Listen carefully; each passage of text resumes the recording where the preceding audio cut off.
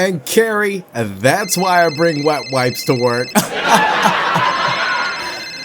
Hello, thank you for calling Rock Hard Investors. How can I help you? Hello? Tim Hodger, listen to me very closely. Oh, is this John? This is not It's John. John on the phone. I John, am an if individual. you don't, you're such Listen a to joke. me. Listen, I know No. I messed up in the bathroom, but I will get to you. No. What's that, John? This I is can't about really hear you that DeepSeek. clearly. We're You about said to something release a about what? monster. Deep wave? Deep DeepSeek. what? Deep, huh?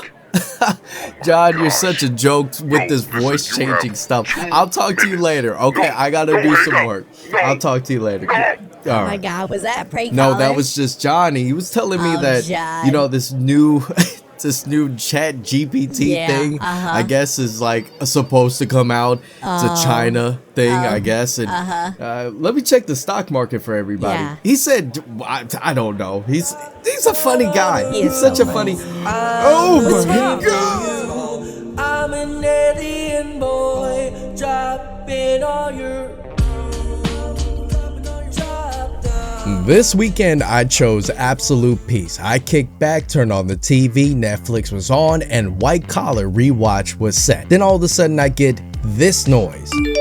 I look over to my phone and I see a whale. I was not too sure as to what my phone was trying to tell me. So I click on the article, and to my surprise, I see a new AI tool released into the wilderness. And this one was the beast of all beasts. Today, we're going to be talking about DeepSeek. Exactly how will this affect quantum computing, and how will we actually see this implemented in our future? Is it better? Is it worse? All that and more coming up in this one single video. With that being said, ¿Qué pasa familia de dinero? I'm your host, Hachi, a truck driver on the detour towards wealth, and I hope that you join us on the journey. And I want to say a huge shout out to all of our new subscribers over the weekend. Thank you so much. We're on that mission to 1,000 subscribers before we hit January 31st. And if you're new to the channel, I want to say I provide education and entertainment all in one place. What? Not a financial advisor, nor am I a crystal ball. And this is not financial advice. With all that being said, let's go ahead and roll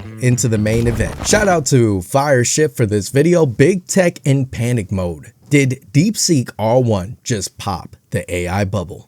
Last week, Chinese company DeepSeek shocked the world when they walked right over OpenAI's moat by releasing the open source R1 model. Not only does it beat their $200 O1 reasoning model, but it also beats Claude Sonnet and Gemini. It wins.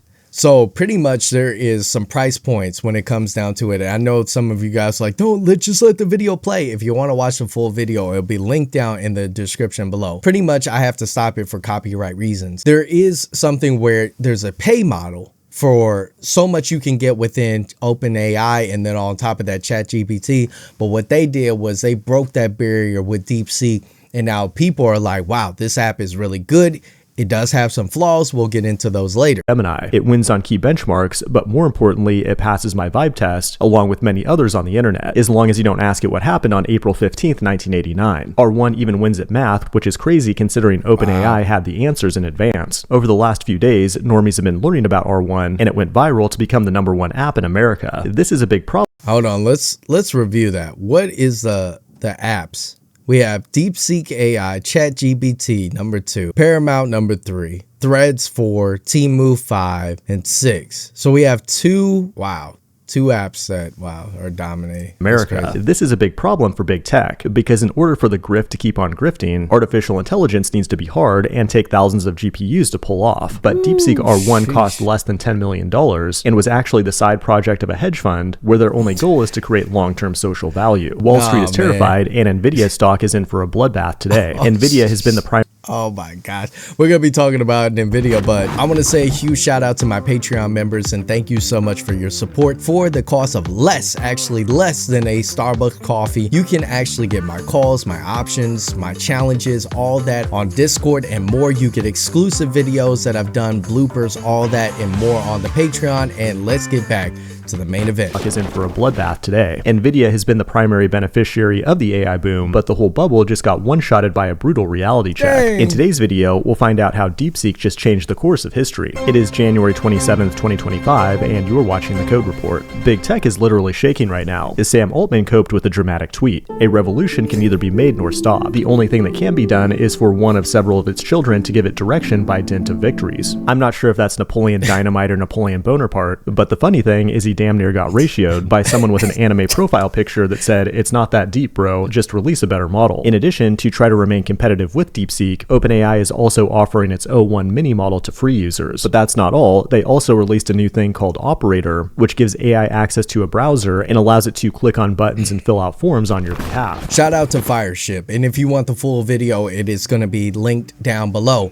Now, when it comes down to DeepSeek, obviously it's actually making some huge moves within the stock market. And will it affect quantum? Let's go ahead and check out this article. MIT Technology Review says useful quantum computing is inevitable and increasingly imminent. On January 8th, NVIDIA CEO Jensen Huang jolted the stock market by saying that practical quantum computing is still 15 to 30 years away, at the same time suggesting those computers will need NVIDIA GPUs in order to implement the necessary error correction. However, history shows that brilliant people are not immune to making mistakes. Huang's prediction missed the mark both on the timeline for useful quantum computing and on the roles his company's technology will play in the future.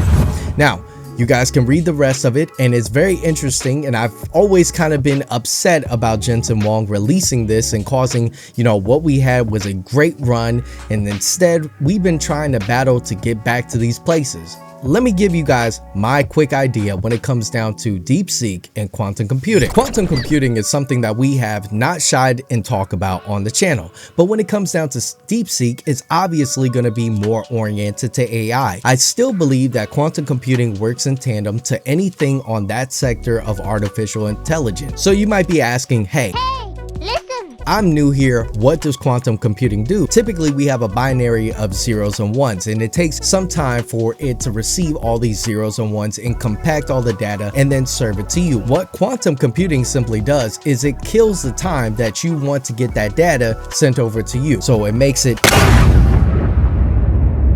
almost instantaneously with doing multiple things all in one. Now, there's definitely two sides of this kind of thing. You have annealed and different kind of stuff that I won't even get into when it comes down to quantum. Let's go ahead and check this video out. Shout out to Bloomberg, NVIDIA stock beaten down due to DeepSeek.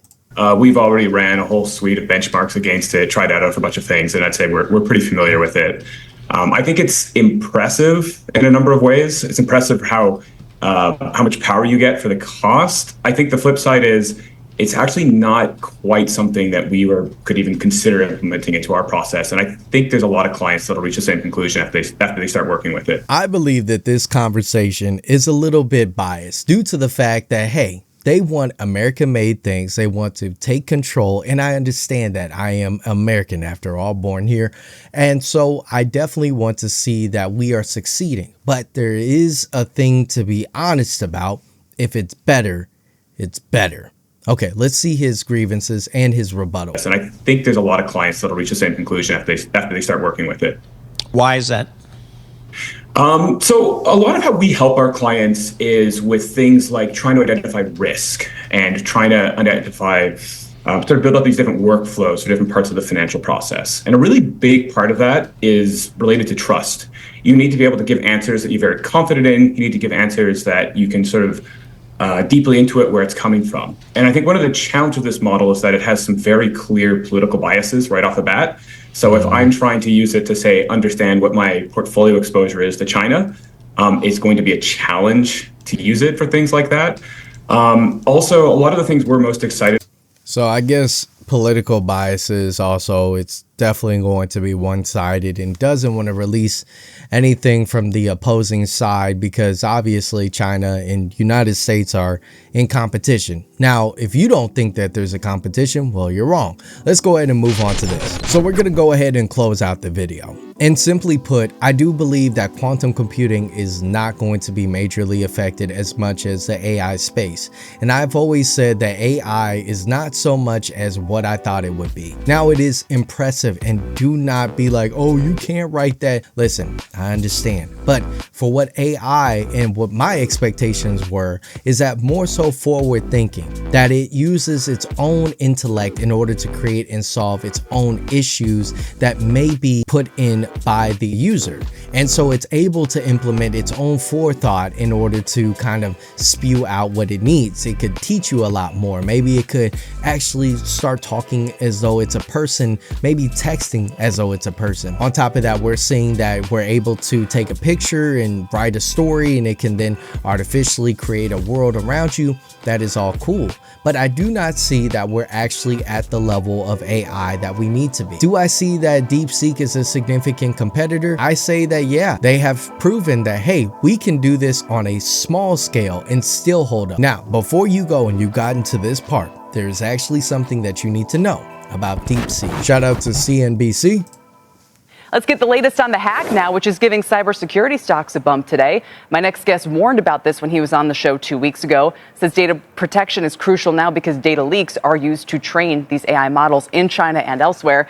Ivan Serini is CEO of Farut, a web security monitoring platform. Ivan, let's start with what we know about DeepSeek's hack today. Look, they're now, I'm hearing reports they're restricting signups only to mobile users in China. What's going on? Yeah, oh no! Thanks for asking. That's a great question. I would say, first of all, we need to wait until the actual information gets public about what actually happened. Was it a hack? Was it a breach? Or was it a massive surge of users? So obviously, there's a little bit of turmoil when it comes down to DeepSeek, and it's to be expected, to be honest. But of course, the stock market falling as bad as it did, I think that Nvidia being wiped out of that much in just one day is historical, as they already mentioned.